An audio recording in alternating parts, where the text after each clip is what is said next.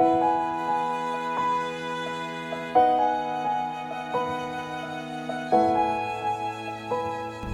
name is Mrs. Jones. I teach 6th grade, and the book that I chose for today is Corduroy by Freeman.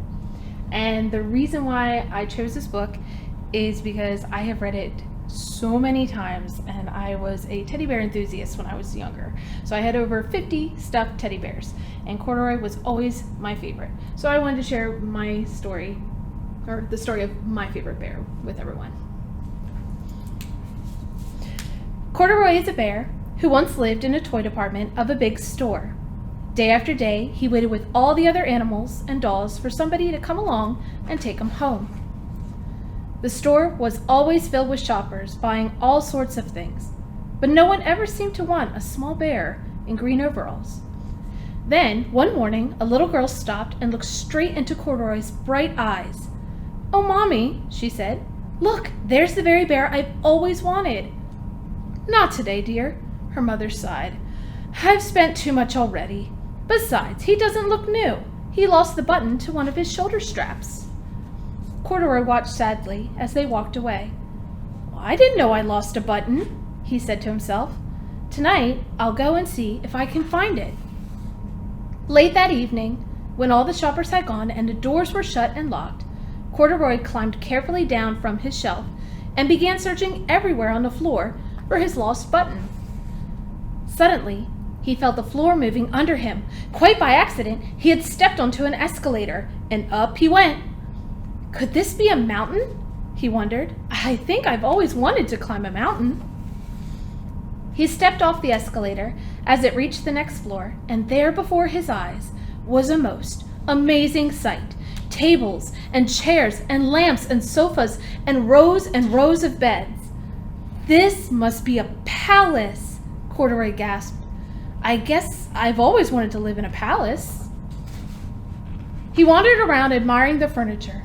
"This must be a bed," he said. "I've always wanted to sleep in a bed." And he crawled up onto a large, thick mattress. All at once, he saw something small and round. "Why, here's my button," he cried, and he tried to pick it up.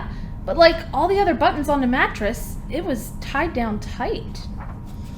He yanked and he pulled with both paws until pop! Off it came, and off the mattress Corduroy toppled. Bang! Into a tall floor lamp. Over it fell with a crash. Corduroy didn't know it, but there was someone else awake in the store. The night watchman was going on his rounds on the floor above. When he heard the crash, he came dashing down the escalator. "Now who in the world did that?" he exclaimed. "Somebody must be hiding around here." He flashed his light under and over sofas and beds until he came to the biggest bed of all, and there he saw 2 fuzzy brown ears sticking up from the cover. "Hello," he said. "How did you get upstairs?" The watchman tucked Corduroy under his arm, and he carried him down the escalator, and he set him on a shelf in the toy department with the other animals and dolls. Corduroy was just waking up when the first customers came into the store in the morning, and there looking at him with a wide, warm smile was the same little girl he had seen only the day before. "I'm Lisa," she said, "and you're going to be my very own bear. Last night I counted what I saved in my piggy bank, and my mother said that I could bring you home." "Shall I put him in a box for you?" the saleslady asked. "Oh, no thank you," Lisa answered, and she carried Corduroy home in her arms. She ran all the way up 4 flights of stairs into her family's apartment and straight into her own room with him. Corduroy blinked. There was a chair, a chest of drawers, and alongside a girl-sized bed stood a little bed, just the right size for him. The room was small, nothing like that enormous palace in a department store. "This must be a home," he said. "I know I've always wanted a home." Lisa sat down with Corduroy on her lap and began to sew a button on his overalls.